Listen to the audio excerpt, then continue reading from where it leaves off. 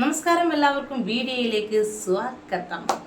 അപ്പോൾ നമ്മൾ ഇന്ന് ചർച്ച ചെയ്യാൻ പോകുന്ന വിഷയം ഒരു നാണയത്തിൻ്റെ രണ്ട് വശം പോലെ ഇരിക്കുന്ന ഒന്ന് രാഷ്ട്രീയം, ഒന്ന് സിനിമ, ഒന്ന് രാഷ്ട്രീയം, ഒന്ന് സിനിമ. ഇത് ഞാനിപ്പോൾ ഒരു നാണയത്തിൻ്റെ രണ്ട് വശങ്ങളാക്കിയതിൽ ചില കാര്യങ്ങൾ പറയാനുള്ളത് കൊണ്ടാണ്. ഇപ്പം നമ്മൾ ഒരുപാട് ചർച്ച ചെയ്തു, സിനിമ കുട്ടികളെ സ്വാധീനിക്കുന്നു, അല്ലെങ്കിൽ സിനിമയിൽ നായകൻ ഒരുപാട് വയലൻസ് കാണിക്കുമ്പോൾ അത് കുട്ടികളെ വല്ലാതെ അങ്ങോട്ട് ആ ഒരു ഇമിറ്റേറ്റ് ചെയ്യാനുള്ള ഒരു ത്വര ഉണ്ടാക്കുന്നു എന്നൊക്കെ പറഞ്ഞു. ശരിയാണ്, ഒരു പരിധി വരെ അതെല്ലാം നടക്കുന്നുണ്ട്.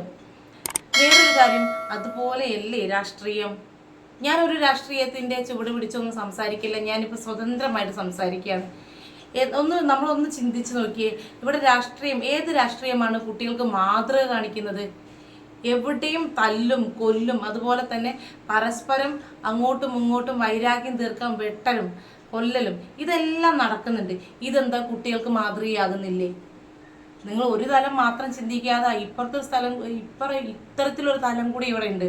കുട്ടികൾ ഒരുപാട് അപ്ഡേറ്റ് ആണെന്ന് നമുക്കറിയാം. അവർക്ക് നിയമങ്ങളെക്കുറിച്ച് നല്ല ബോധ്യമുണ്ട്. പലപ്പോഴും ഇപ്പോൾ ഏറ്റവും അവസാനം നടന്ന ആ ഷഹബാസ് കൊലപാതകത്തിൽ നോക്കി, കുട്ടികൾക്ക് നിയമത്തെക്കുറിച്ച് അവർ പറയുന്നത് കൂട്ടമായി ആക്രമിച്ചു കഴിഞ്ഞാൽ, കൂട്ടത്തിൽ ഒരാൾ മരിച്ചു കഴിഞ്ഞാലും പ്രതി ആരെന്ന് കണ്ടുപിടിക്കാൻ പ്രയാസമായിരിക്കും. അതുകൊണ്ട് നമ്മളിനിപ്പോൾ ഒരു കൂട്ടം ആളുകളെ അറസ്റ്റ് ചെയ്താലും കൂളായിട്ട് നമുക്ക് ഇറങ്ങി പോരാൻ പറ്റും എന്നൊക്കെ അവർ ചിന്തിക്കുന്ന ഒരു കാലഘട്ടമാണിത്. അതിൻ്റെ രാഷ്ട്രീയം എന്താണ്?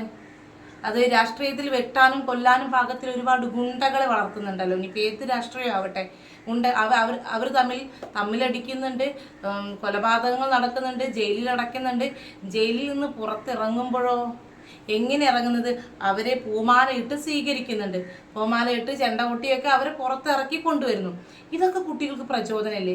അപ്പം ഇനി എന്ത് തെറ്റുകൾ ചെയ്താലും, എത്ര വലിയ ക്രിമിനൽ കാര്യങ്ങൾ ചെയ്താലും, ഇനി ഒരാളെ കൊന്നാലും വലിയ വിഷയമൊന്നുമില്ല. ഇതുപോലെയൊക്കെയാണ് ഇവിടെ, ഈ നാട് ഇങ്ങനെയാണ്, നമുക്ക് ഇത്തരം തെറ്റുകൾ ചെയ്താൽ ഇത്രയൊക്കെ ശിക്ഷ ലഭിക്കുന്നുള്ളൂ എന്ന് പറയുന്ന ഒരു രാഷ്ട്രീയ വശവും ഇവിടെ ഉണ്ട്. ഇതും പ്രചോദനമാണ്. ഇതും കുട്ടികൾക്കും യുവാക്കൾക്കും മുന്നോട്ടുള്ള എല്ലാ തലമുറകൾക്കും ഈ രാഷ്ട്രീയവും സിനിമയും എല്ലാം പ്രചോദനം തന്നെയാണ്. ഒരു ഭാഗത്ത് മാത്രം നമ്മൾ ഈ രാഷ്ട്രീയ നേതാക്കളും മറ്റ് അംഗങ്ങളൊക്കെ ഇരുന്ന് ചർച്ച ചെയ്യുമ്പോൾ, സിനിമ കുട്ടികളിൽ ഉണ്ടാക്കുന്ന പ്രശ്നങ്ങൾ എന്നൊക്കെ പറഞ്ഞ് ഇതിനെ ചർച്ച ചെയ്യുമ്പോൾ സ്വയം ഒന്ന് ആലോചിക്കുക, രാഷ്ട്രീയം കുട്ടികളിൽ എത്രത്തോളം ഇൻജക്റ്റ് ചെയ്യുന്നുണ്ട്, അവർ ചെയ്യുന്ന പ്രവർത്തനങ്ങൾ കുട്ടികളിൽ എത്രത്തോളം പ്രയാസങ്ങൾ ഉണ്ടാക്കുന്നുണ്ട്, അവർ എന്തിനൊക്കെ ഇമിറ്റേറ്റ് ചെയ്യാനാണ് ശ്രമിക്കുന്നത്. കൊലപാതകം ചെയ്താൽ ഇത്രയേ ഉള്ളൂ, അല്ലെങ്കിൽ ഒരാൾ അടിച്ചാൽ ഇത്രയേ ഉള്ളൂ. അപ്പം ഇതൊക്കെ ഇവിടെ നടക്കുന്നുണ്ട്. ഇവരൊക്കെ ജയിലിൽ അടച്ചു കഴിഞ്ഞാൽ അവരൊക്കെ പുറത്തിറക്കുമ്പോൾ ഭയങ്കര ആഡംബരമായി ആഘോഷിച്ച് പുറത്തിറക്കുന്നു. ഇതൊക്കെ കുട്ടികൾ കാണുന്നുണ്ട്. അത് ഇതെല്ലാം കുട്ടികൾ പത്രം വായിക്കാത്തവരല്ല, കുട്ടികൾ ന്യൂസ് കാണാത്തവരല്ല. കുട്ടികൾക്ക് നമ്മളെക്കാളും, ഇപ്പം അധ്യാപകരെക്കാളും എല്ലാവരെക്കാളും ഒരുപാട് അപ്ഡേറ്റ് ആണ് അവർ, ഒരുപാട് മുന്നേ ഓടുന്നവരാണ് അവർ. അപ്പോൾ അവർക്ക് എല്ലാ കാര്യങ്ങളെക്കുറിച്ചും അറിയാം. അപ്പോൾ ഒരു മേഖലയെ മാത്രം നമ്മൾ സിനിമ എന്ന് പറയുന്നൊരു മേഖലയിലേക്ക് ഒതുക്കാതെ നമ്മളെല്ലാം ഒരു രാഷ്ട്രീയത്തിനകത്താണ്. അതായത് ഒരു രാഷ്ട്രീയം, ഏതെങ്കിലും ഒരു രാഷ്ട്രീയത്തിനകത്തായിരിക്കും എല്ലാവരും ജീവിക്കുന്നത്. ആ രാഷ്ട്രീയത്തിനുള്ളിൽ ഇതുപോലെ കുട്ടികൾക്ക് നെഗറ്റീവായിട്ട് എന്തെങ്കിലും കാര്യങ്ങൾ പഠിക്കാനുണ്ടോ എന്ന് നാം ഓരോരുത്തരും ചിന്തിക്കേണ്ടിയിരിക്കുന്നു. ഞാനിപ്പോൾ ഒരു രാഷ്ട്രീയത്തിന് ചുവട് പിടിച്ചല്ല ഞാൻ ഈ കാര്യങ്ങൾ സംസാരിക്കും. ഞാൻ പൊതുവായിട്ട് ഇങ്ങനെയും ഒരു വിഷയമുണ്ട്. നമ്മൾ ഒരു മേഖലയെ മാത്രം കുറ്റം പറയാതെ നമ്മളുടെ ജീവിത സാഹചര്യം കൂടി ഒന്ന് നോക്കുക. അവിടെ നടക്കുന്ന ഒരുപാട് കാര്യങ്ങൾ കുട്ടികൾ വളരെ ക്ലീനായിട്ട് ഒബ്സർവ് ചെയ്യുന്നുണ്ട്.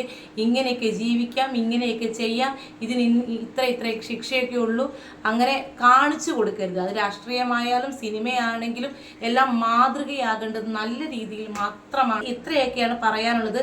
നിങ്ങൾ ചിന്തിക്കൂ, നിങ്ങളുടെ അഭിപ്രായങ്ങൾ എൻ്റെ വീഡിയോയുടെ താഴെ രേഖപ്പെടുത്തും. അപ്പോൾ ഇന്ന് ഇത്രയൊക്കെ പറയാനുള്ളത്. മറ്റൊരു വീഡിയോ ആയിട്ട് കാണും വരെ ബൈ.